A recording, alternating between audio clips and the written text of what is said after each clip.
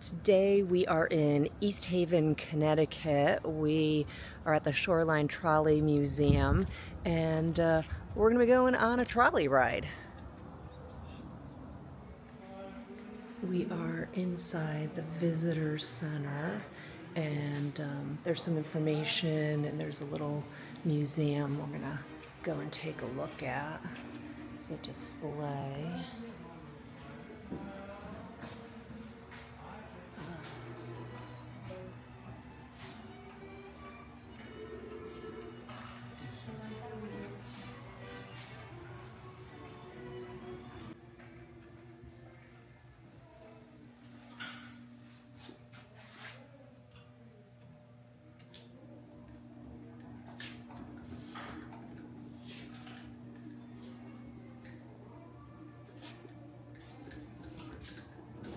Oh, trolley's moving.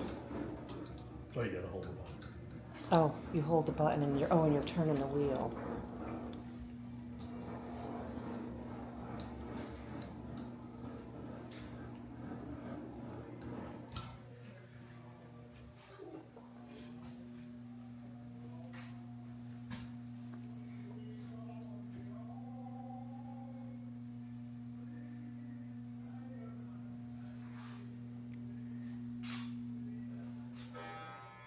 Oh, so they have a trolley layout here.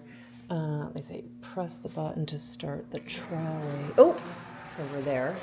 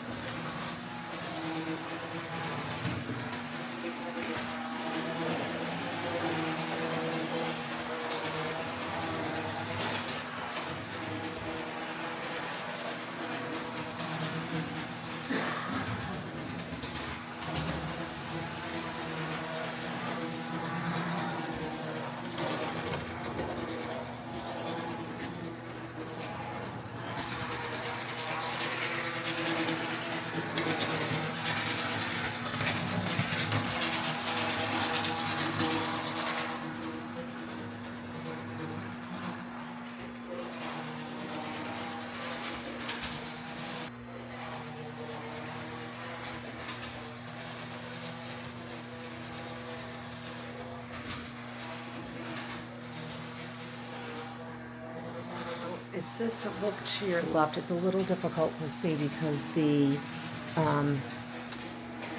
trolley layout is here, but this is what they're talking about.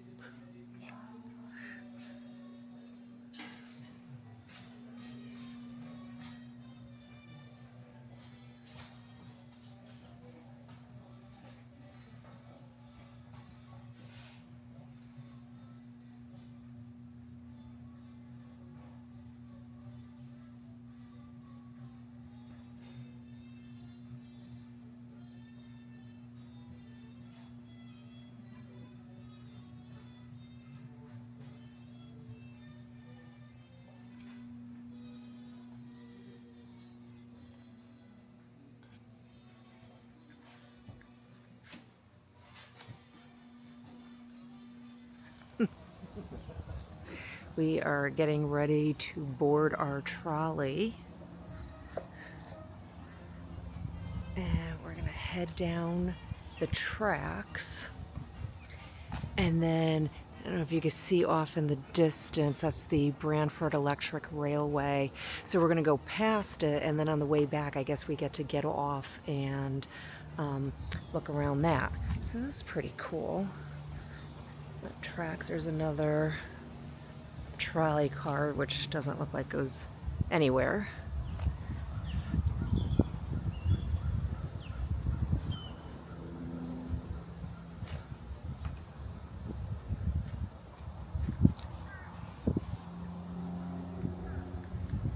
beautiful day out. Thankfully the heat has broken, so it won't be too bad on the trolley. So we're not going on the trolley I thought we were. I guess we're going on this one.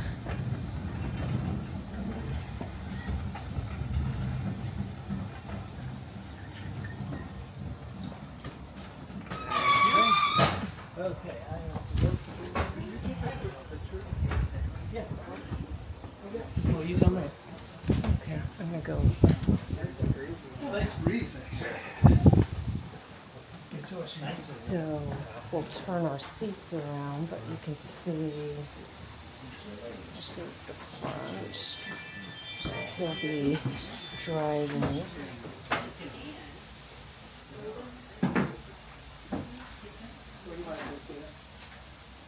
Trolley Museum. We'll be traveling today about 1.5 miles of track that is the oldest track continuously running since 1900. And then the Connecticut company was when they went out of business, there was foresight from the Sprague family. Frank Sprague was the inventor of the trolley motor. He was an electrical engineer with the Navy, and his wife actually donated the money to be able to build a station. But we preserved this section of track, and Connecticut company gave us the permission to do that. And when we get down to the rail barns there, we'll stop there on the way back and take a quick tour through. You're welcome to do as these other folks. They're just going to get a little refresher, and then you can walk down here. A lot of times, sometimes we even have crab fishermen that are hanging over the rail there. So we welcome it, it's fine. So just a couple safety things. Make sure that while the car is moving, you don't stand. You see we don't have seat belts, and we don't expect to come to a quick stop. This car was built in 1922, which is older than me, and it was built to use in New Orleans. New Orleans is very flat. You'll see that the highest elevation this car's ever endured is when we get around the corner by the Trap Rock. I don't know if you've been here, just before we get to Short Beach. So I really got to give it a little bit of power to get up over that hill, because it was not designed to go more than about 20 miles an hour, you know, at full speed. So just hang on and keep your arms in. We don't stop for cell phones. We pick those up at the end of the day. So a couple things here. This is the door opener. This is the keys to Dad's car, and this is the brake. It does have air brakes, and it's powered by a 600 volt line that goes right through the trolley pole, and then right down through the wheels to the iron rails. So that's what makes the connection, 600 volts of power. And so we use a controller here to be able to on and off to bring the power through, and then to also shut it off. And then we need to make some stops, and I will have to test the brakes once in a while. So there's nothing in the track. I just need to make sure we have air. Otherwise we have to use this thing, and I don't want to use that thing. Okay, so if we're all set, we'll take off. Everybody ready? Yep. And we ring the bell.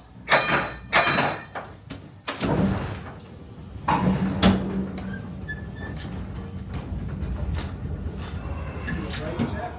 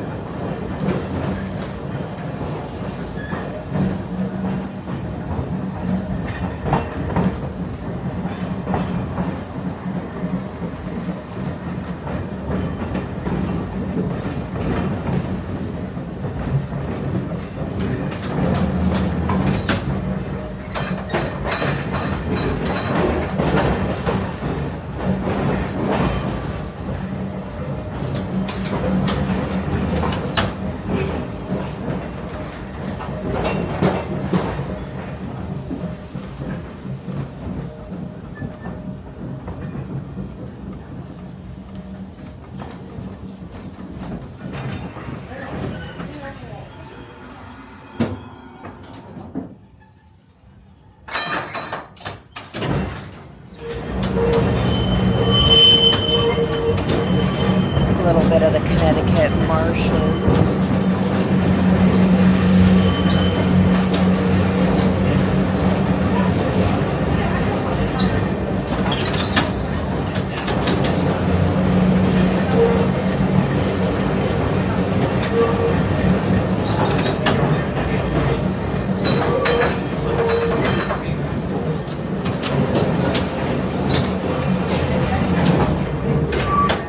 It has kind of a orange roof.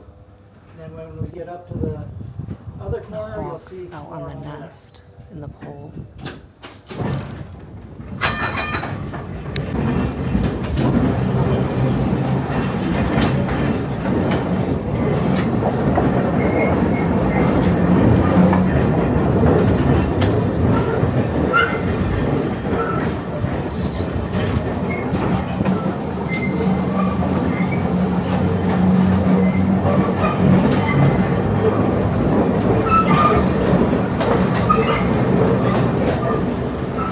This is pretty out here.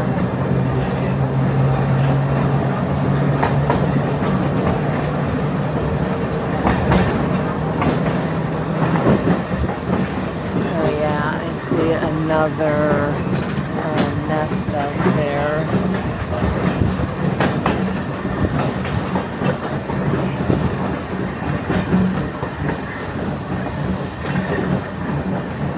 Hopefully you guys are seeing that. It's right there.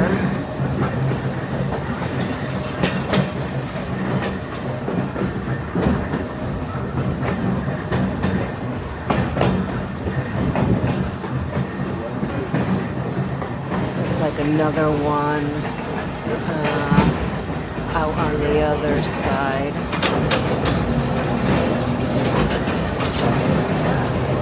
That's pretty cool. The driver was saying that they come out every year.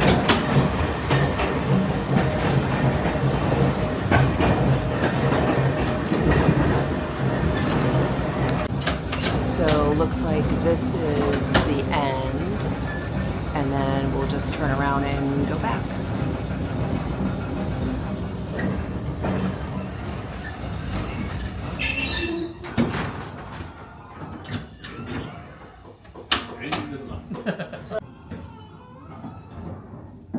You can hear the brakes release. Yeah. All set. Signal. So we are on our way back now. So they've turned the seats back around, and the driver's down at the other end. He did some work outside, moving a pole, so that we can head back in the other direction.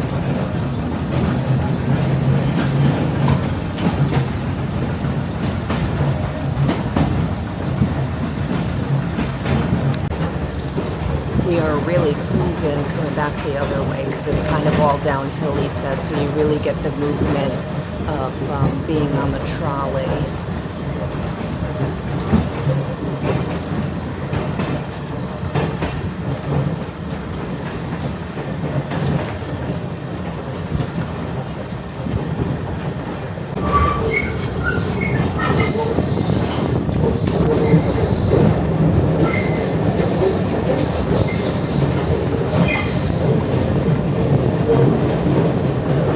Those hogs.